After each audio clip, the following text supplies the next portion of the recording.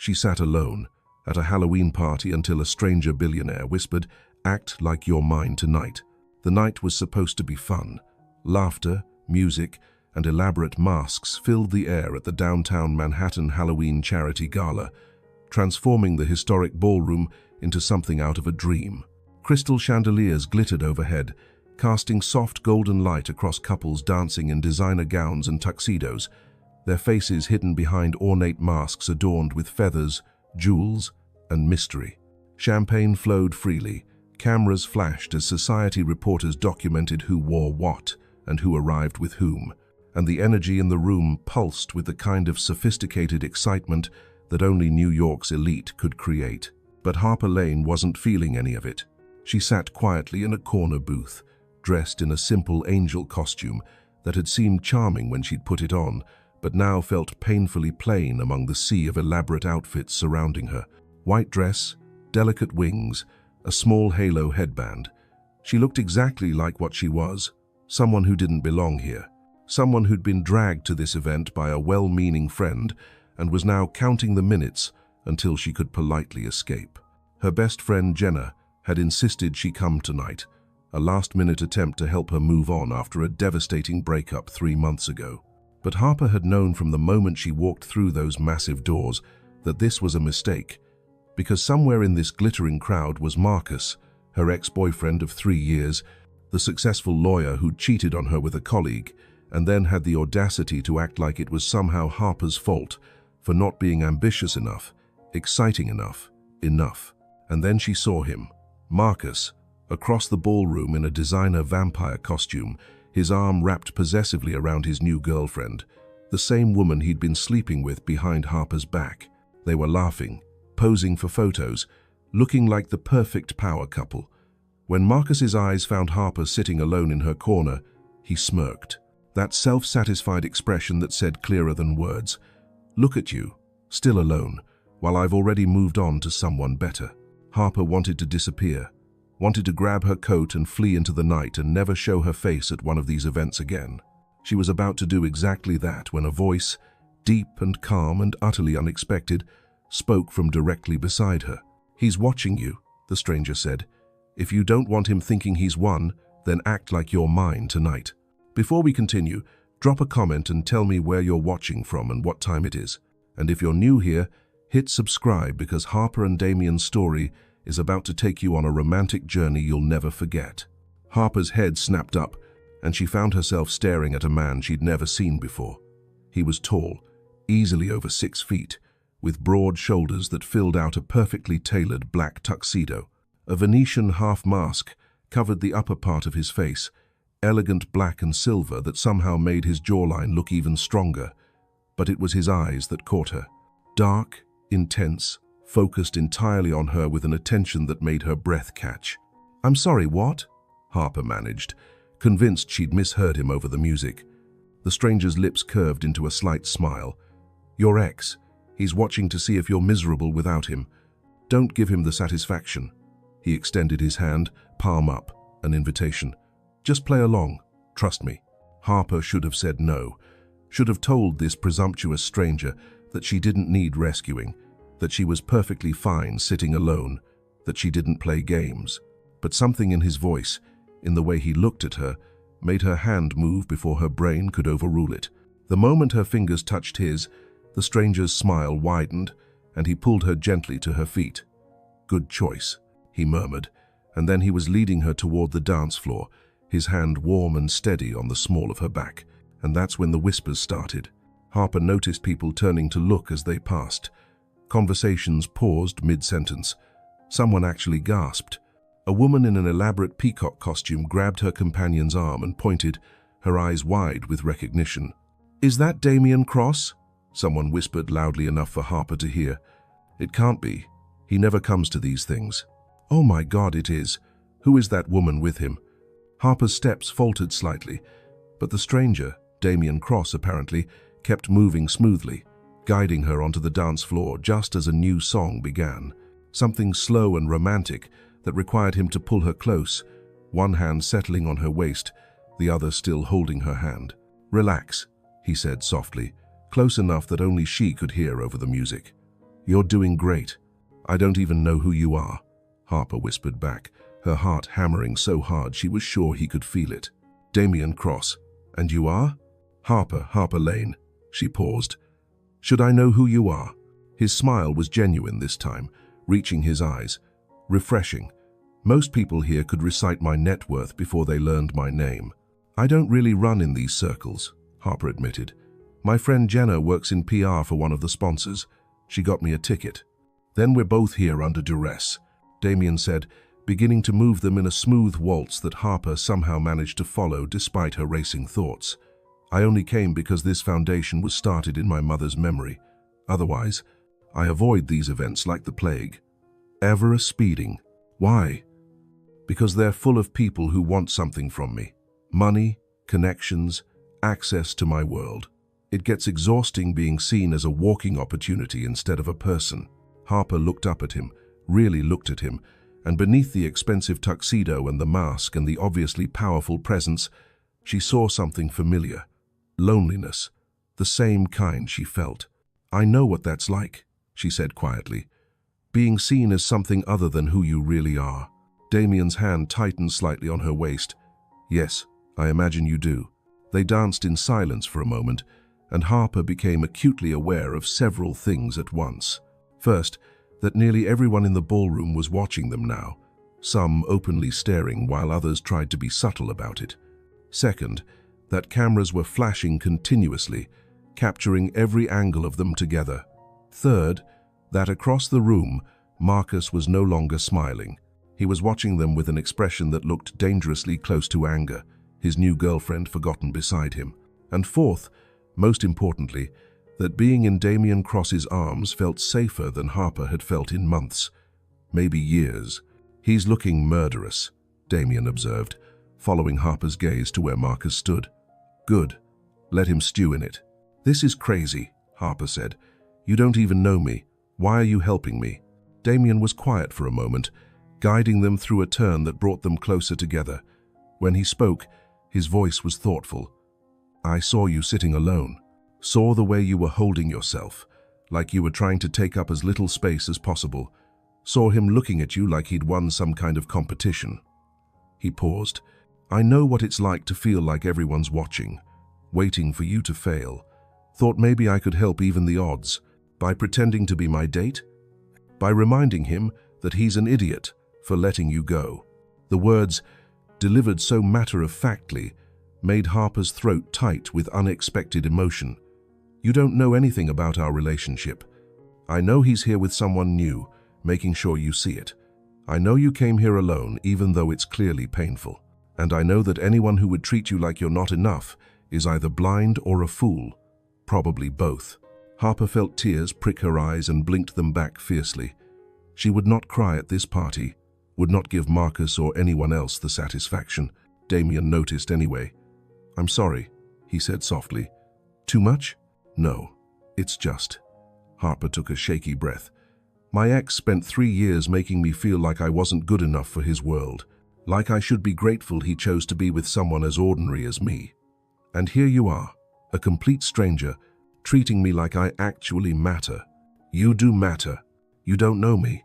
Then let me get to know you." Damien smiled. "We've got all night." The song ended, but instead of leading her off the dance floor, Damien kept his hand on her waist. "Dance with me again. Unless you'd rather return to your corner?"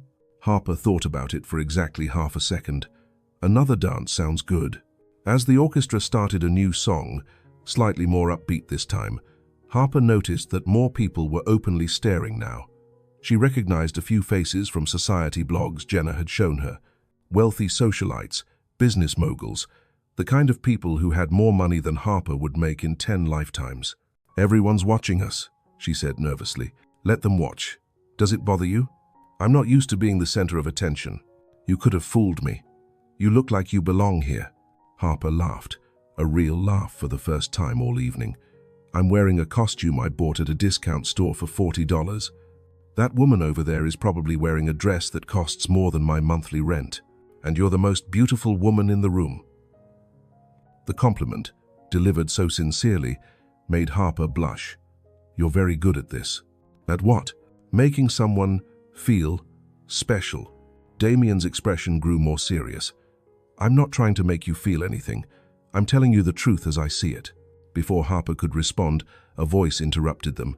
Harper? Harper, is that you? They both turned to find Jenna standing at the edge of the dance floor, her mouth hanging open in shock.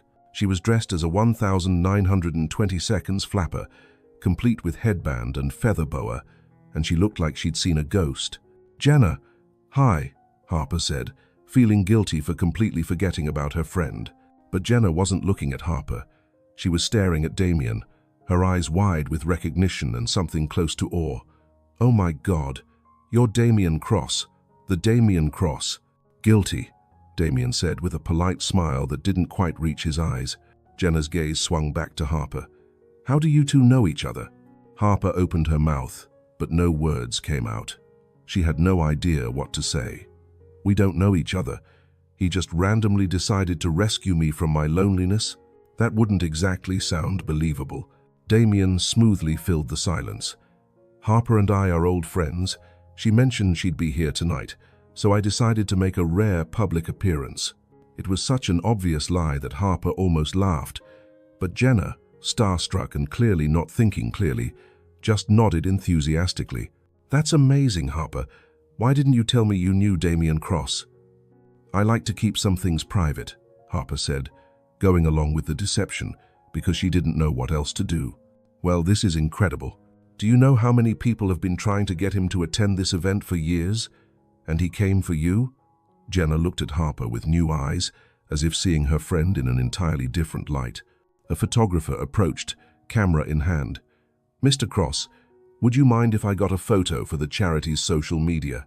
Damien's jaw tightened almost imperceptibly, but he nodded. Of course. He pulled Harper closer, his arm sliding around her waist in a way that felt both protective and possessive. Harper tried to smile naturally as the camera flashed, tried to look like someone who belonged beside a billionaire at a charity gala, tried to ignore the fact that her heart was racing so fast she felt dizzy. After the photographer left, Jenna excused herself, still looking shocked, and Damien led Harper off the dance floor toward a quieter corner of the ballroom. I'm sorry about that, he said.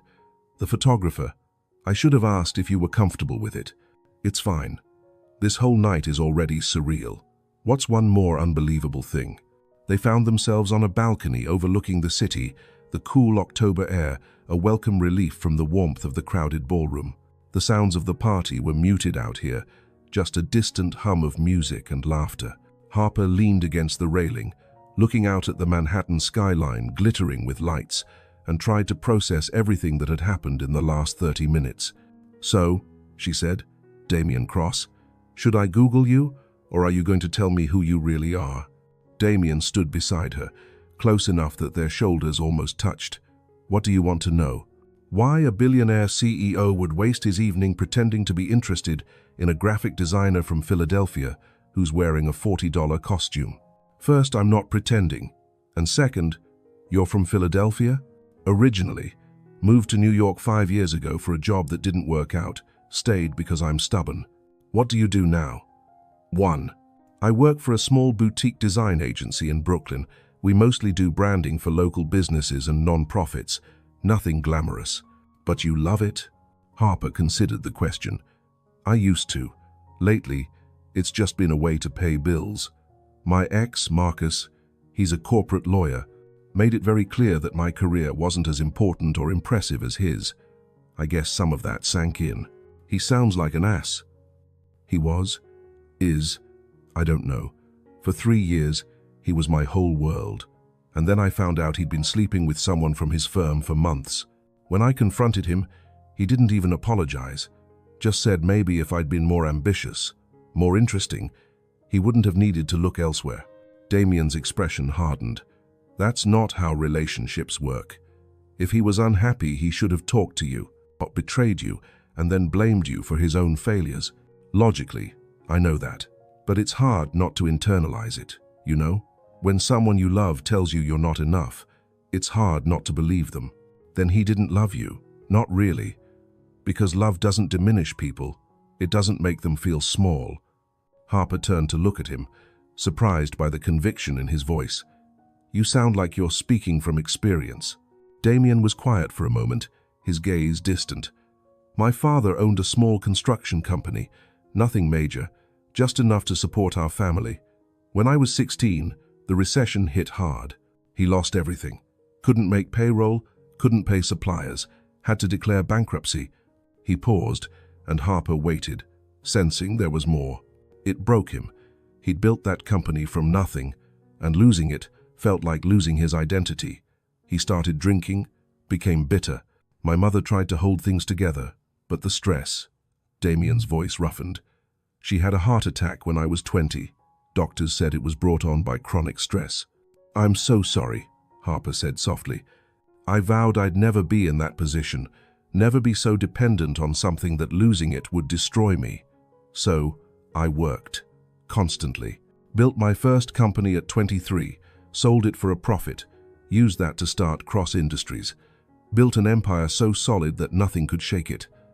But somewhere along the way you lost yourself in it." Damien's slight smile was sad. "Perceptive, yes. I built this incredible company, accumulated more money than I'll ever spend, became someone people write articles about. But I look around my life and realize I have no one to share it with. No relationships that aren't transactional. No one who sees me as anything other than my net worth."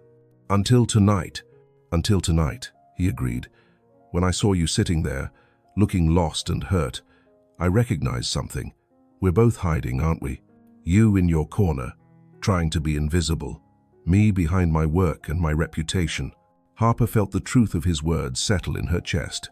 "So what do we do about it? For tonight, we stop hiding. We enjoy the party, we make your ex regret ever taking you for granted, and we remember what it feels like to be seen. And after tonight?" Damien turned to face her fully, and even with the mask, Harper could see the sincerity in his eyes. "That's up to you." Before Harper could respond, the balcony door opened and a staff member appeared. "Mr. Cross, they're about to start the foundation presentation. They'd like you to say a few words." Damien nodded. "I'll be right there." He turned back to Harper. "Will you wait for me? I'm not going anywhere. I'm not going anywhere." He smiled, that genuine smile that transformed his entire face. And then he was gone, leaving Harper alone on the balcony with her racing thoughts and pounding heart. She pulled out her phone and, despite knowing it was probably a bad idea, Googled Damien Cross. The results were overwhelming.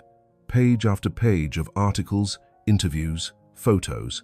Cross Industries, valued at over $3 billion. Real estate developments across 5 continents. Tech investments that had revolutionized 3 different industries. Named one of Forbes's most eligible bachelors for 5 years running. Known for being intensely private, rarely photographed at public events, no confirmed relationships in over a decade. And this man had chosen to spend his evening dancing with her. Harper was still trying to process that when her phone buzzed with a text from Jenna. "Oh my God, where have you been hiding this? He's gorgeous and rich and clearly into you. Don't you dare leave without getting his number." Another text followed immediately. "Also, Marcus looks like he swallowed a lemon. Best night ever." Harper laughed despite herself. She was putting her phone away when the balcony door opened again. But this time, it wasn't Damien who stepped through. It was Marcus. He looked different up close than he had from across the ballroom. Older, somehow. The vampire makeup couldn't quite hide the lines around his eyes, the tightness in his jaw. He'd always been handsome in a conventional way, all sharp suits and expensive haircuts. But standing here looking at him, Harper couldn't remember what she'd found so appealing. "Harper," he said, his tone trying for casual but landing somewhere around accusatory. "Quite a performance you put on in there." "I don't know what you're talking about." "Damien Cross? Really? You expect me to believe you somehow know Damien Cross?" Harper lifted her chin. "Why is that so hard to believe?" "Because you're you. You work at a no-name design agency.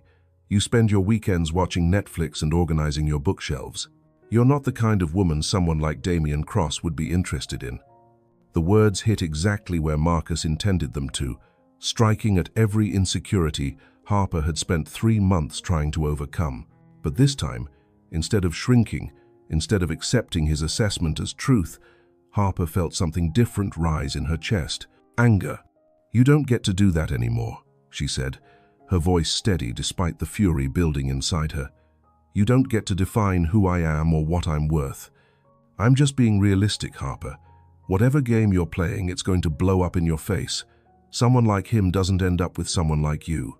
And someone like you doesn't get to cheat on their girlfriend and then act like the victim when she moves on." Marcus's expression darkened. "I didn't cheat. We'd already grown apart. You just refused to accept it. You were sleeping with Amanda while we were still together. That's cheating, Marcus. The fact that you've convinced yourself otherwise doesn't change reality. At least I had the decency to move on to someone in my league. Amanda is ambitious, driven, going places, not content to stay small like you were." The balcony door opened before Harper could respond, and Damien stepped through. His expression was pleasant, but Harper could see the steel beneath it as he took in the scene. Marcus standing too close to her, her hands clenched at her sides. "Am I interrupting something?" Damien asked mildly. "Just catching up with an old friend," Marcus said, recovering his composure. "Marcus Chen. I'm a partner at Williams and Associates." He extended his hand. Damien looked at it for a moment before shaking it briefly. "Damien Cross, though I suspect you already knew that." His tone was polite but cold. Marcus tried for a laugh. "Hard not to. You're quite famous. And you're Harper's ex-boyfriend, the one who cheated on her and then blamed her for your own moral failures." The temperature on the balcony seemed to drop 10 degrees. Marcus's face went red. "That's a very one-sided version of events." "Is it? From where I'm standing, the facts seem pretty clear. You betrayed someone who loved you, then tried to make her feel like she was the problem. Classic narcissist playbook. You don't know anything about our relationship.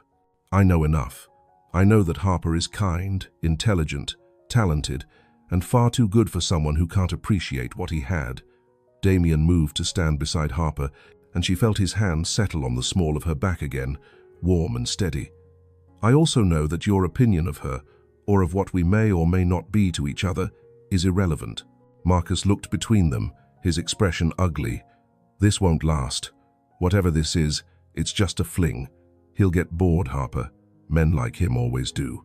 "I think you should leave," Damien said quietly, but there was something dangerous in his voice that made even Marcus take a step back. "Fine. But don't come crying to me when this all falls apart." "Wha?" After Marcus left, slamming the balcony door behind him, Harper let out a shaky breath she hadn't realized she was holding. "I'm sorry," Damien said. "I shouldn't have confronted him like that. But hearing him talk to you that way, don't apologize." "That was," Harper laughed, a slightly hysterical sound. "That was amazing. I've spent 3 months wishing I'd said half of those things to him. He's wrong, you know. About all of it." Harper turned to look at Damien. Really look at him. The mask was still in place, but she could see his eyes clearly now, and what she saw there made her breath catch. It wasn't pity. It wasn't fake charm. It was genuine care, genuine anger on her behalf, genuine desire to make sure she knew her worth. "Why are you doing this?" she asked for what felt like the 100th time. "Really? Not the story you told Jenna? The real reason?" Damien was quiet for a long moment. Then he reached up and removed his mask, revealing his full face for the first time. He was more handsome than she'd imagined, with strong features and eyes that held depths of experience and pain. "Because when I saw you sitting alone, you reminded me of myself," he said finally. "Surrounded by people but completely isolated, trying to be invisible because being seen hurt too much. And I thought maybe, just maybe, I could do for you what no one's done for me in years." "What's that?" Remind you that you deserve better, that you're worth seeing, that someone's inability to appreciate you says nothing about your value and everything about their limitations." Harper felt tears well up again, but this time she didn't try to stop them. "I don't know what to say." "You don't have to say anything." Damien wiped a tear from her cheek with his thumb, the gesture so gentle it made her heart ache. "Just dance with me again. Let's forget about exes and expectations and just be 2 people enjoying a party." Harper nodded, not trusting her voice, and let Damien lead her back inside. The ballroom was even more crowded now, the party in full swing. As they moved back onto the dance floor, Harper noticed that people were still watching them, still whispering, still taking photos.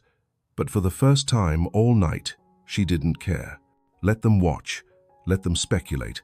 For this one night, she was going to let herself feel beautiful, desired, worth someone's time and attention. For this one night, she was going to let herself believe that fairy tales could happen in real life. Even if tomorrow, she'd have to go back to reality.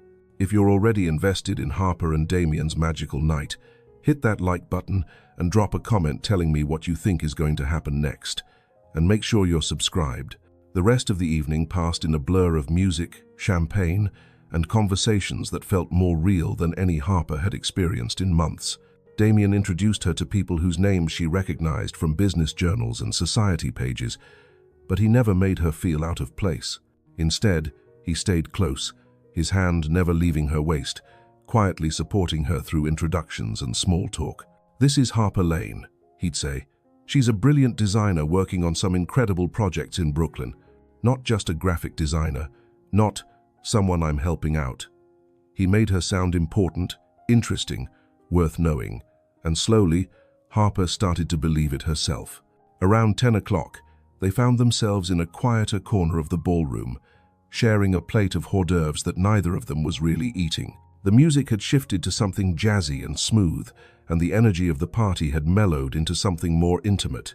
"Can I ask you something personal?" Harper said, popping an olive into her mouth. "After the evening we've had, I think we're past the boundaries of polite small talk. Why don't you date? All those articles I found said you haven't been in a relationship in years." Damien's expression grew thoughtful. "I dated when I was younger. A few relationships that lasted anywhere from a few months to a year, but they all ended the same way." "How's that?" "With them wanting the version of me they'd built in their heads, not the actual person I am. They wanted the billionaire who could take them to Paris on a whim, who knew celebrities, who could open doors to a world they'd never access otherwise. But when I wanted to spend a Saturday working, or when I couldn't drop everything for some society event, they'd get frustrated." He paused, swirling the champagne in his glass. "The last one, about 6 years ago, actually told me that if I really loved her, I'd care less about my company and more about her needs. But the thing is, my company isn't just a job to me. It's my father's redemption. It's proof that failure doesn't have to be permanent. It's my mother's legacy. I can't just turn that off because someone wants more attention." "So you stopped trying?" I stopped pretending I had room in my life for someone who couldn't understand why I do what I do." Harper set down her champagne glass. "For what it's worth, I think there's a difference between someone understanding your passion and someone accepting that they'll always come second to it." Damien looked at her sharply. "Meaning?" "Meaning Marcus used to say something similar, that if I really loved him, I'd be more ambitious, more social, more like the wives his law partners had. But he never actually cared about what I wanted or needed. He just wanted me to fit into his life without him having to adjust anything about his." She met Damien's eyes. "I think real relationships require both people to make space for each other. You shouldn't have to give up your company, but you should be willing to prioritize the person you love sometimes.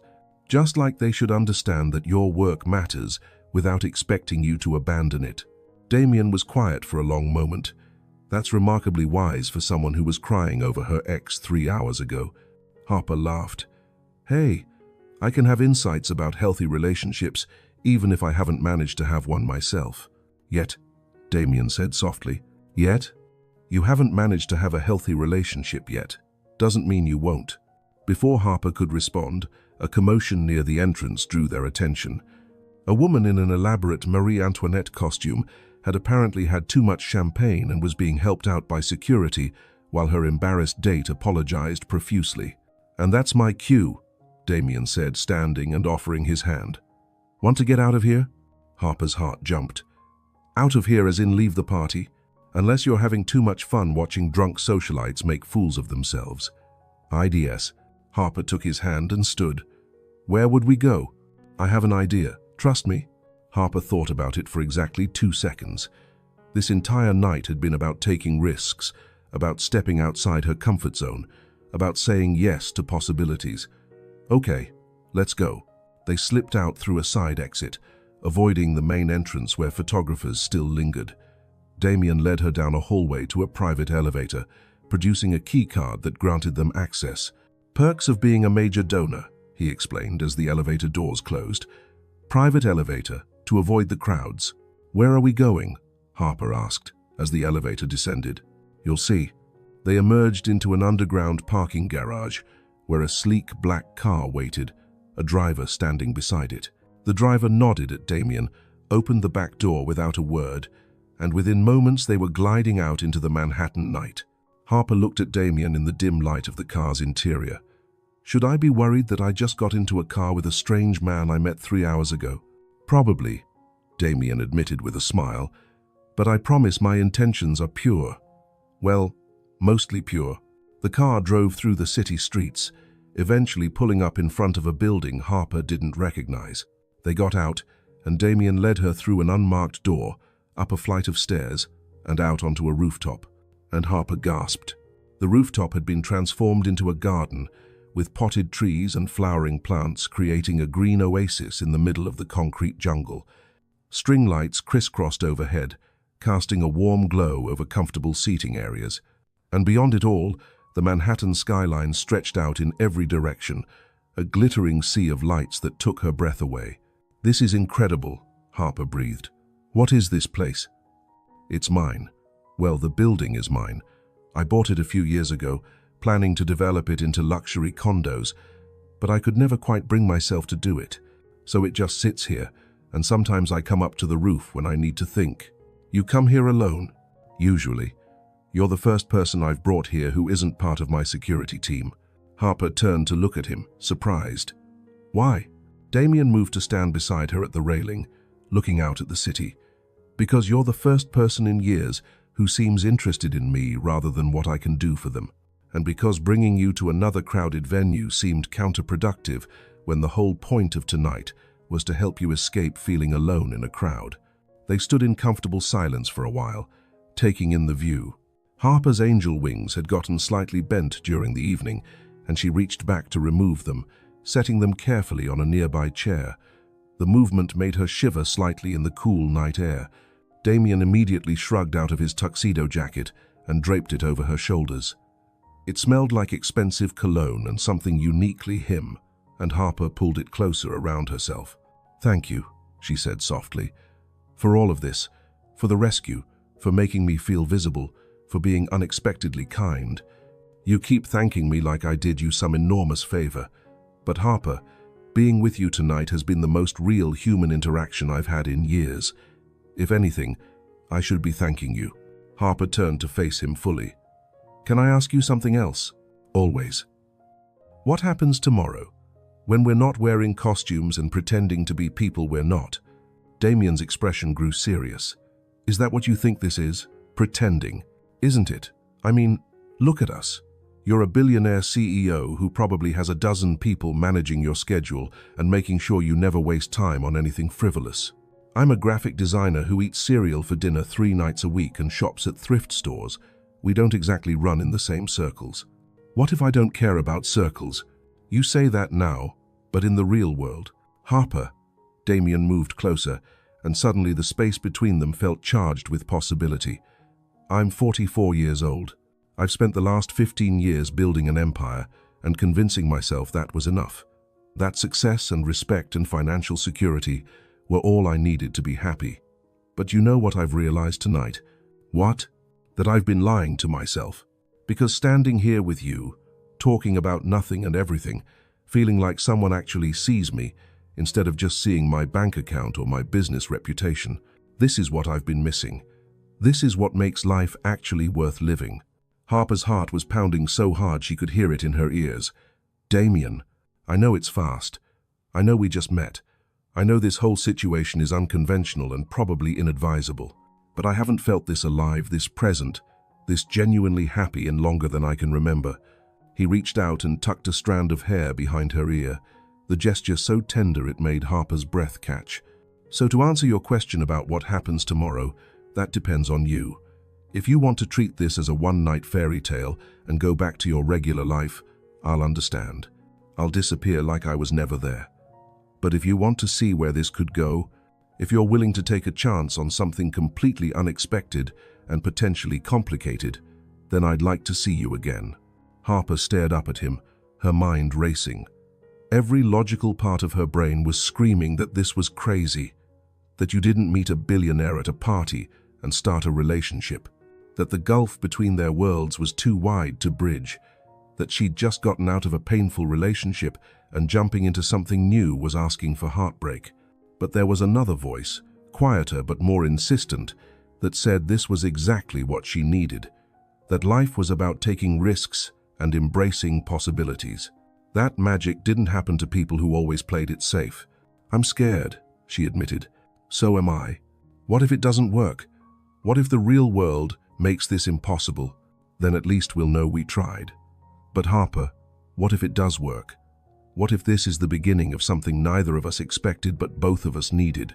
Harper took a deep breath and made a decision. Okay, let's see where this goes. Slowly, carefully, with both of us keeping our eyes open. But yes, I want to try." The smile that spread across Damien's face was worth every ounce of fear Harper was feeling. He cupped her face gently in his hands, his thumbs brushing her cheekbones. "Can I kiss you?" he asked softly. Harper's answer was to rise on her toes and close the distance between them. The kiss started gentle, almost tentative, as if they were both afraid of breaking the spell.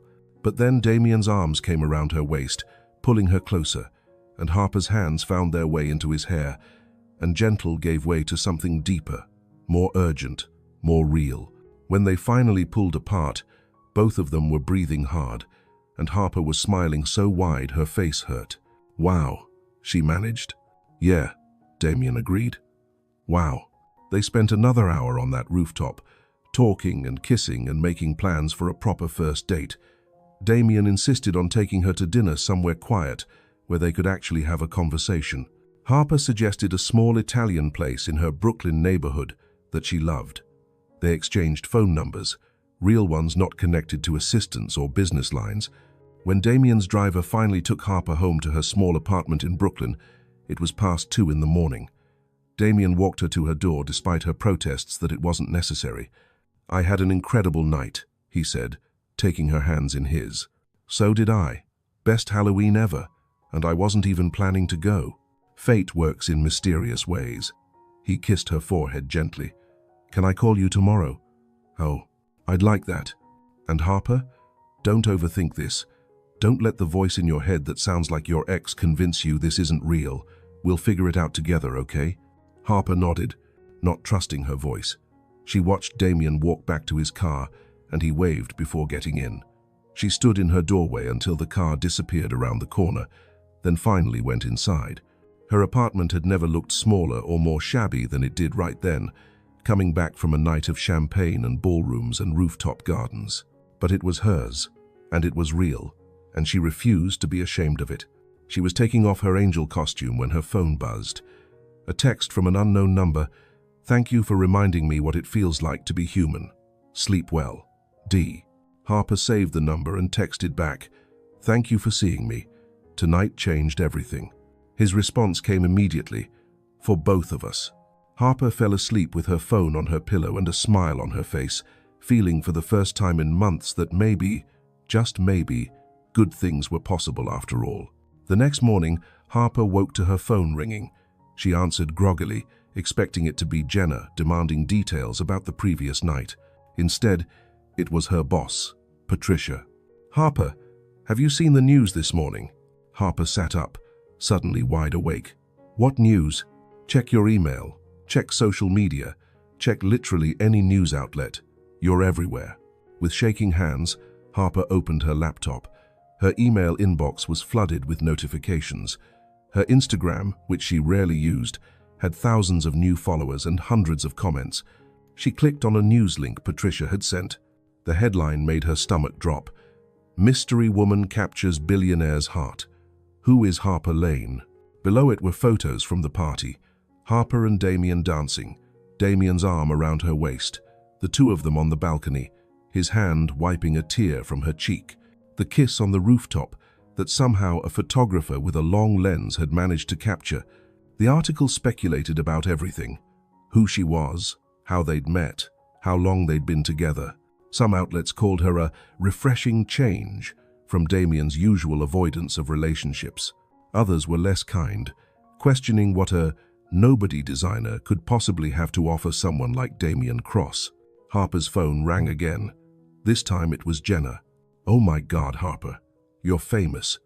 Do you know how many people have called me asking for your number? I've had to sign like 3 NDAs just to keep people from harassing you through me." "Jenna, I don't know what to do. I wasn't prepared for this. Did you talk to Damien? Does he know about the photos?" As if summoned by her name, Harper's phone buzzed with another call. "Damien, Jenna, I have to go. I'll call you back." She switched calls. "Hello? Harper, have you seen the news?" Damien's voice was tight with concern. "I'm looking at it now. Damien, there are reporters calling my job. My Instagram is blowing up. I don't know what to do. I'm so sorry. I should have anticipated this. I should have warned you. How could you have known someone would photograph us on that rooftop?" "Because people are always watching me. I've lived with it for so long I forget it's not normal." He paused. "Harper, I'm going to fix this. My PR team is already drafting a statement asking for privacy, and I'm sending security to your building to make sure no reporters bother you." "Security? Damien, that's not necessary." "It absolutely is. Trust me, once the tabloids smell a story, they don't back off easily." Harper felt panic rising in her chest. Maybe we should just tell them it was nothing, that we were just dancing at a party and people read too much into it. There was a long silence on the other end of the line. "Is that what you want?" Damien asked quietly. "No, but then don't let them scare you into hiding. Yes, this is overwhelming. Yes, it's invasive and frustrating and not what either of us signed up for. But Harper, if we let the media dictate our choices, we're giving them power they don't deserve." Harper took a shaky breath. "I'm not used to any of this. You're used to cameras and reporters and people caring about your every move. I'm just me. And that's exactly why this matters. Don't let them make you feel like you need to be anyone other than who you are." After they hung up, Harper spent the rest of the morning fielding calls and texts. Patricia gave her the day off, understanding that she couldn't exactly focus on work while her phone was blowing up. Jenna came over with coffee and bagels and helped her navigate the chaos. "You know what this means, right?" Jenna said, scrolling through yet another article. "You can't just casually date this guy. Everything you do together is going to be public." "I know. It's terrifying. But it's also kind of amazing. Harper, you met a billionaire who actually seems to genuinely like you, who treated you like you mattered, who made Marcus look like the pathetic little man he is. Don't throw that away just because it's complicated. What if I can't handle it? What if the pressure is too much?" Jenna set down her phone and looked at Harper seriously. "Then you communicate that to Damien, and you figure it out together. But don't make decisions based on fear. You've spent too much of your life already making yourself smaller to fit into someone else's expectations." Harper knew her friend was right, but knowing it and feeling brave enough to act on it were two different things. That evening, as promised, Damien called. "How are you holding up?" "I've been better, but I'm managing. I have a proposition for you." "I'm listening. Come stay at my place for a few days, just until the media frenzy dies down. I have better security, more space, and you won't have to deal with reporters camping outside your building. And other way, Damien, I can't just move into your penthouse." "Why not? You'd have your own room, your own space. I'll be working most of the time anyway. It's just a practical solution to a temporary problem." Harper hesitated. It made sense logically, but emotionally, moving into Damien's place after one night together felt like too much, too fast. "Let me think about it," she said. "Of course, no pressure. But Harper, the offer stands for as long as you need it." They talked for another hour, about nothing important and everything that mattered. Damien told her about his day, about the meetings he'd sat through while thinking about her. Harper told him about the weirdness of seeing herself in tabloid photos, about feeling simultaneously visible and completely exposed.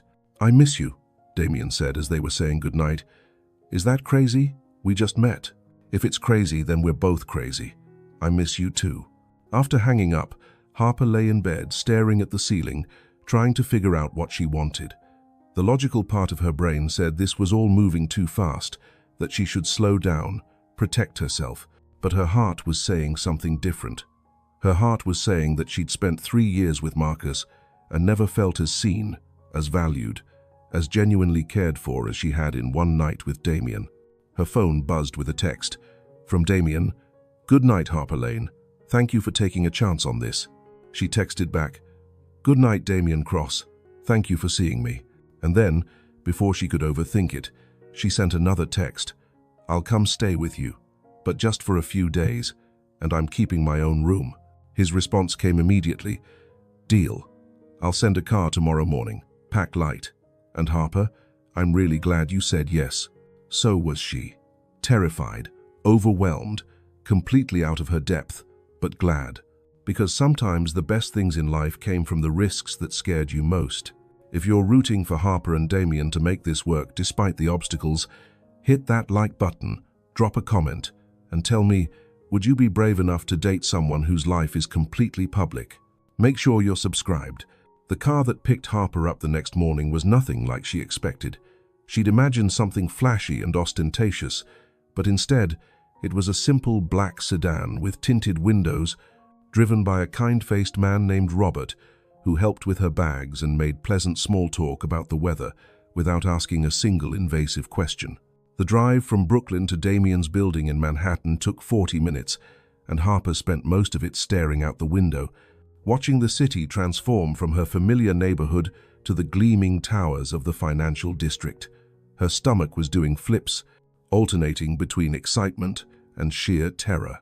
What was she doing? Moving in with a man she'd known for less than 48 hours. This was insane. This was impulsive. This was completely unlike her. But then she remembered the way Damien had looked at her on that rooftop, the way he'd defended her to Marcus, the way his voice had softened when he said he hadn't felt this alive in years. And she knew that even if this turned out to be a mistake, it was a mistake worth making. The car pulled up to a building that was all glass and steel and modern architecture. A doorman immediately approached, greeting Robert by name and welcoming Harper with a respectful nod. The lobby was stunning, all marble floors and contemporary art, with a massive floral arrangement on a center table that probably cost more than Harper's monthly rent. "Mr. Cross is expecting you," the doorman said, guiding her to a private elevator. "Penthouse level." "Hey."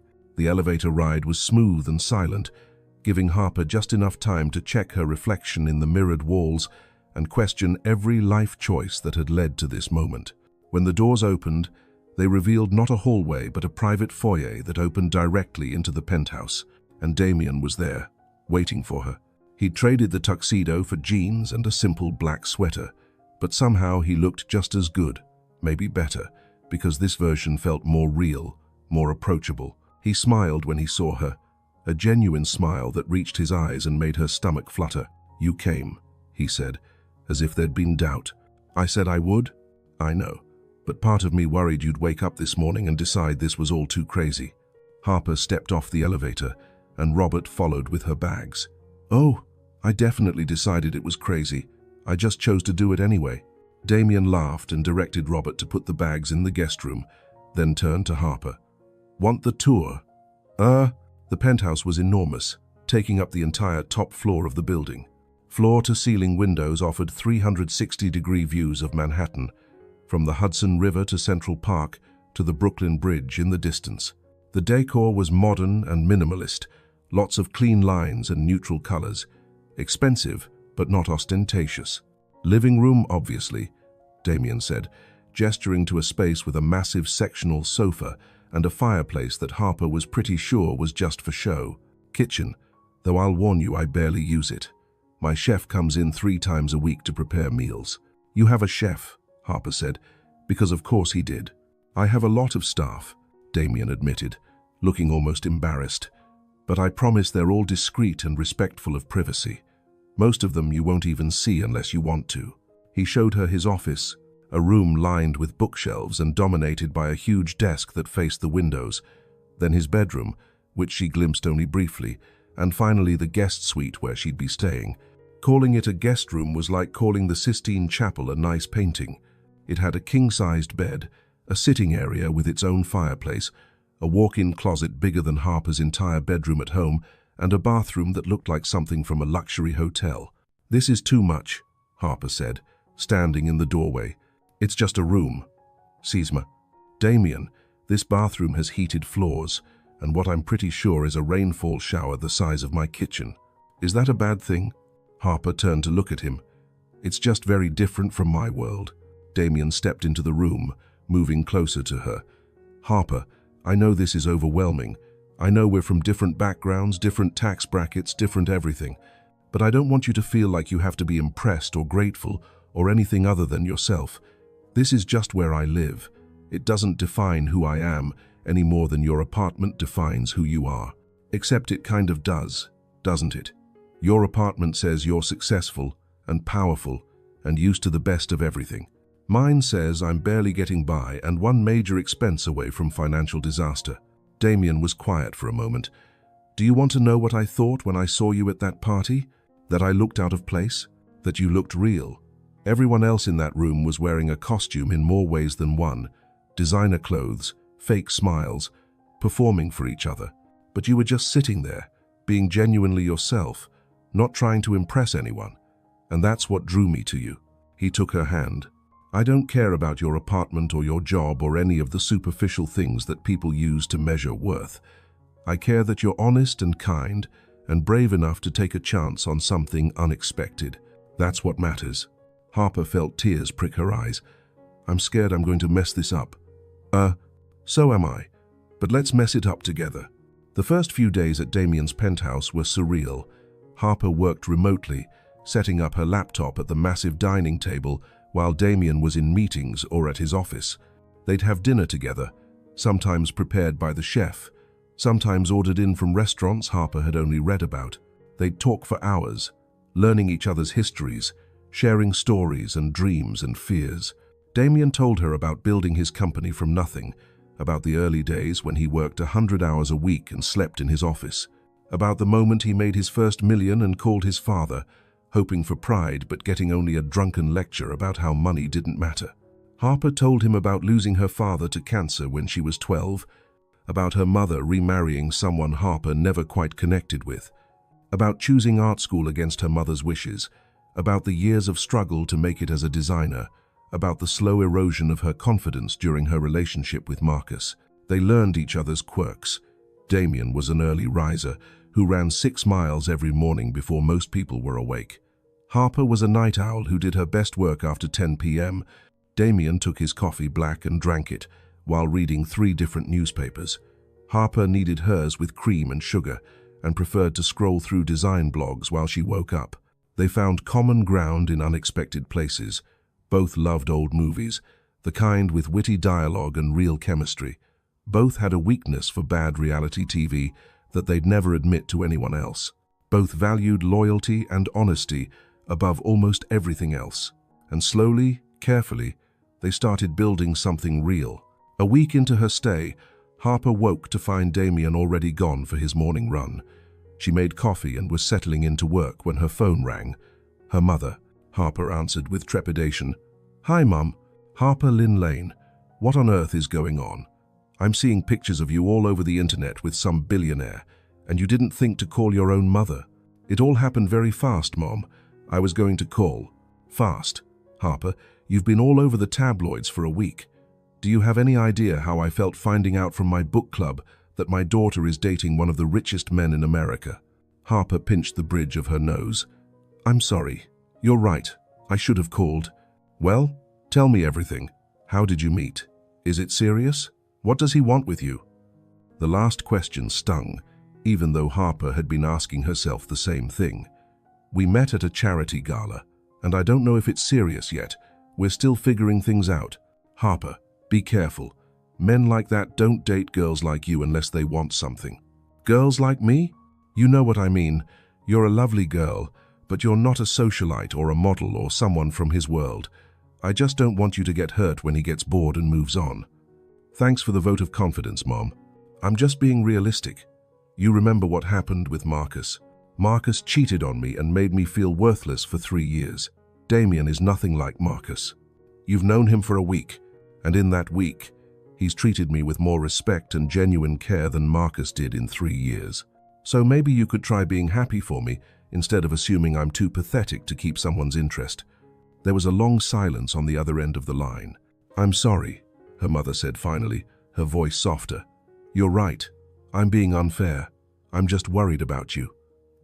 I know, but I need you to trust that I can make my own decisions, even if they don't make sense to you. After hanging up, Harper sat staring at her phone, her mother's words echoing in her head. What does he want with you? Girls like you. Be careful. She was still sitting there when Damien returned from his run, sweaty and energized. He took one look at her face, and his expression shifted to concern. What's wrong? Harper debated brushing it off, but decided honesty was better. Talk to my mum. She saw the tabloid photos. She's skeptical about us. Skeptical how? She thinks you're going to get bored with me, that I'm not sophisticated enough for your world, that I should be careful because men like you don't really date women like me. Damien's jaw tightened. He grabbed a towel and wiped his face, then sat down beside her. Do you believe that? I don't know. Sometimes I look around this place, at your life, and I think she might have a point. Harper, look at me. She did. I'm not bored. I'm not slumming it with you for some entertainment until someone better comes along. I'm here because being with you makes me happy, in a way nothing else has in years. Because you challenge me and make me laugh, and remind me that there's more to life than profit margins and board meetings. But what happens when the novelty wears off? When you realize I don't fit into your world? Damien took her hands. What if instead of trying to fit you into my world, we build our own, one that works for both of us? Before Harper could respond, his phone rang. He glanced at it and sighed. I'm sorry, I have to take this. It's about a deal we've been negotiating for months. He stepped away to take the call, and Harper could hear snatches of conversation, technical terms she didn't understand, numbers that made her head spin. This was his real life. Board meetings and billion-dollar deals and decisions that affected thousands of people. What was she doing here? That afternoon, while Damien was in a video conference, Harper decided to venture out. She needed air, needed to feel grounded in something familiar. She took the subway to her old neighborhood in Brooklyn, walking the streets she knew, stopping at her favorite coffee shop, where the barista knew her order by heart. Harper, haven't seen you in a while, Keisha said, making her usual vanilla latte. Everything okay? Just been busy. I saw those photos. You and that billionaire guy. That's wild. Harper managed a smile. It's definitely been an adventure. He treating you right? He is. Really well, actually. Keisha studied her. So why do you look so stressed? Harper found herself spilling everything to Keisha, a woman she barely knew beyond coffee orders, but who somehow felt safer than talking to her actual friends who knew Damien's name and reputation. I just don't know if I can do this, Harper admitted. His life is so big, so public, so different from anything I've ever known, and everyone keeps telling me I don't belong there. Do you want to be there? When I'm with him, yes, absolutely. But when I'm alone, and I start thinking about all the ways it could go wrong. That's fear talking, Keisha said, sliding the latte across the counter. Question is, do you trust him? I think so. Then maybe trust yourself too. Trust that you're smart enough to know if something's wrong. Trust that you deserve good things just as much as anyone else. Harper sipped her coffee, letting the familiar taste ground her. When did you become so wise? 4 years of night classes in psychology and too many failed relationships of my own. Keisha grinned. Look, I don't know this guy, but I know you, and you're smart and talented and way too hard on yourself. Don't let other people's doubts become your own. Harper returned to the penthouse feeling slightly more centered. She found Damien in his office, still on calls, and settled in the living room with her laptop to work on a design project. She was deep in concentration when Damien appeared beside her couch. Hey, he said softly. You were gone for a while. I was starting to worry. Sorry, should have texted. I just needed some air. Damien sat down beside her. Harper, I can tell you're struggling with this. With us. And I want you to know that if it's too much, if you need space or time or—" "I don't want space," Harper interrupted. "I want to stop being scared." "Scared of what?" "Of this being too good to be true. Of you waking up and realizing I'm not worth the complications. Of my mother and Marcus and everyone else being right about me not belonging in your world." Damien pulled her into his arms, and Harper let herself lean against him, breathing in his scent, feeling his heartbeat steady against her cheek. "What if I told you I'm scared too?" he said quietly. "Of what?" "Of you realizing that under all the money and success, I'm just a guy who works too much and has no idea how to have a normal relationship. Of you getting tired of the cameras and the scrutiny and the invasiveness. Of you leaving like everyone else eventually does." Harper pulled back to look at him. "I'm not everyone else. And I'm not Marcus or anyone else who made you feel less than you are." They stayed like that for a long moment, holding each other, both of them understanding that relationships were built on more than chemistry and attraction. They required trust, vulnerability, choosing each other even when it was scary. "I want to try," Harper said. "Really try. Not just staying here temporarily, but actually building something together." "Me too. But I need you to understand something. I can't just give up my life and become an appendage to yours. I need my work, my friends, my independence. I wouldn't want you to give any of that up. Harper, I don't want to change you. I want to fit into your life as much as I want you to fit into mine. Even if that means sometimes choosing dinner in Brooklyn over a society event in Manhattan. Especially then." They sealed the promise with a kiss, and for the first time since this whirlwind began, Harper felt like maybe, just maybe, they could actually make this work. Over the next few months, Harper and Damien built their relationship carefully, learning to navigate the challenges that came with their different worlds. Damien started saying no to more social obligations, prioritizing quiet evenings with Harper over networking events. Harper pushed through her discomfort at the few public events she did attend, learning to handle the cameras and questions with grace. They had their first real fight when Damien tried to pay off Harper's student loans without telling her. She'd been furious, accusing him of trying to make her dependent on him. He'd been confused, thinking he was helping. They'd yelled, cried, and finally talked it through until they understood each other's perspectives. "I want to help you," Damien had said, "but I hear you that doing it without asking feels like control instead of support. And I appreciate that you want to help," Harper had responded, "but I need to take care of my own financial obligations. It's part of my independence, part of proving to myself that I'm capable." They'd compromised. Damien wouldn't pay her debts, but he did connect her with better-paying clients through his network, opportunities she earned through her talent, not his money. Harper met Damien's business partners and learned to hold her own in conversations about markets and investments. Damien met Harper's friends and co-workers, charming them by being genuinely interested in their lives rather than making everything about himself. 6 months after that Halloween party, Damien asked Harper to move in permanently, not because it was expected or convenient, but because neither of them wanted to spend nights apart anymore. "I know the penthouse isn't exactly your style," he'd said. "We can look for something else if you want, somewhere that feels like both of ours."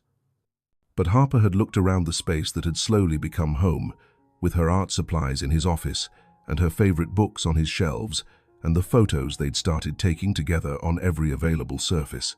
"I think we've already made it ours," she'd said. 1 year after that fateful Halloween night, they returned to the same venue for the annual charity gala. This time, Harper wasn't hiding in a corner.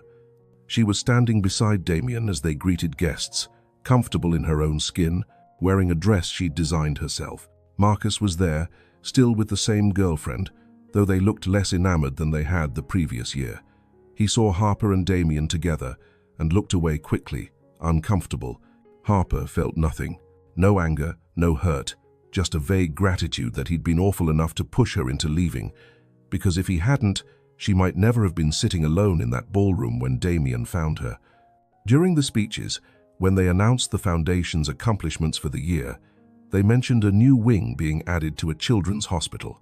The largest single donation had come from Cross Industries, but Damien had insisted it be done anonymously. Harper squeezed his hand, proud of who he was when no one was watching. Later, They slipped away to the same balcony where they'd talked that first night. The October air was crisp, the city lights glittering around them. "Do you remember this spot?" Damien asked. "How could I forget? This is where you wiped away my tears and made me feel like maybe I wasn't completely pathetic." "You were never pathetic. You were hurting. There's a difference." Harper leaned against the railing, looking at the view. "I was so scared that night. Scared of being alone. Scared of never being enough. Scared that Marcus was right about me. And now I know he was wrong.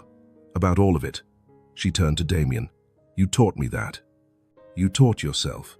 I just reminded you what was already there." Damien reached into his pocket and pulled out a small velvet box. Harper's breath caught. "I had a whole plan," Damien said, opening the box to reveal a ring that was simple and elegant and absolutely perfect. Dinner at a fancy restaurant, rose petals, photographer to capture the moment. But then I realized that's not us. We're not grand gestures and public performances. He got down on one knee. We're quiet conversations and honest moments, and choosing each other even when it's hard.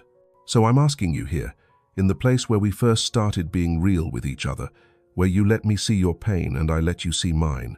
Harper Lane, you walked into my life when I'd convinced myself I didn't need anyone. You reminded me what it feels like to be fully alive, fully present, fully human. Will you marry me?" Harper was crying, laughing, nodding all at once. "Yes. God, yes." Damien slipped the ring onto her finger and stood, pulling her into his arms and kissing her as the city sparkled around them. When they returned to the ballroom hand in hand, the ring visible on Harper's finger, whispers started immediately. But this time, Harper didn't care. Let them talk. Let them speculate. She knew the truth. This wasn't a fairy tale. It was better. It was real. 3 years after that Halloween party, Harper and Damien stood together at another event. This one was the grand opening of the Harper Lane Design Studio, a gallery and workspace in Brooklyn that showcased her work and provided affordable design services to non-profits and small businesses. Damien had wanted to fund the entire thing, but Harper had insisted on a partnership. Cross Industries provided the building and some startup capital, but Harper had raised additional funding through grants and investors, proving to herself and everyone else that she could build something on her own merit.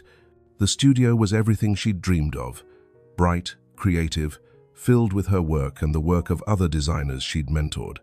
It was successful not because of Damien's name, but because Harper was genuinely talented and had built a reputation for excellent, affordable work. At the opening reception, surrounded by friends, colleagues, and clients, Harper gave a speech.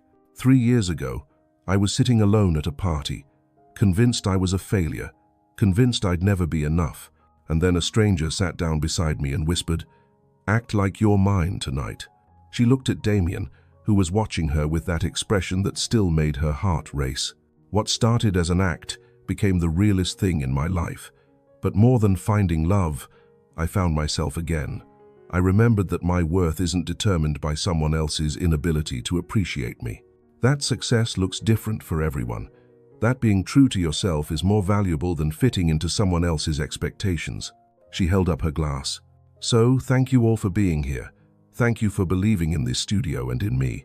And thank you to my husband, who taught me that the best partnerships are the ones where both people bring something valuable to the table, where both people grow, where both people choose each other every single day." The crowd applauded, and after the formal remarks, people mingled and admired the work on display. Harper was talking to a potential client when she felt Damien's hand on her back. "Can I steal you for a minute?" he asked. She excused herself and followed him to a quieter corner. "I'm so proud of you," Damien said. "This place, what you've built, it's incredible. Couldn't have done it without you. Yes, you could have. Maybe not as quickly, maybe not in this exact building, but you would have found a way. Because that's who you are." Harper smiled. "We make a good team. The best." Damien pulled her close. "Ready to go home?" "Almost. I want to soak this in a little longer. But yes, let's go home soon." As they stood there together, watching the success of something Harper had built, she thought about that Halloween night 3 years ago.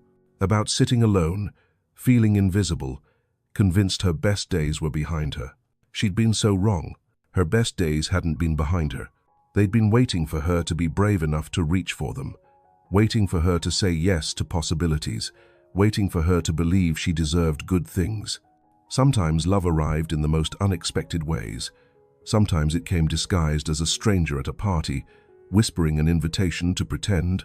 And sometimes the best things in life came from having the courage to turn that pretense into something real. If this story touched your heart, I need you to do something for me. Share this video with someone who needs to believe that their lonely moments don't define them. That being chosen, when you feel invisible, can change everything. That love doesn't require you to be perfect, just brave enough to be yourself. Hit that like button and drop a comment telling me your favorite moment from Harper and Damien's journey. Was it the first dance? The rooftop kiss? The moment she said yes? And if you're new to this channel, welcome to a community that believes in second chances, unexpected love, and the magic that happens when two people choose to be real with each other. Subscribe and turn on notifications for more stories that prove fairy tales can happen in real life. They just look different than we imagined. Thank you for watching Harper and Damien's story.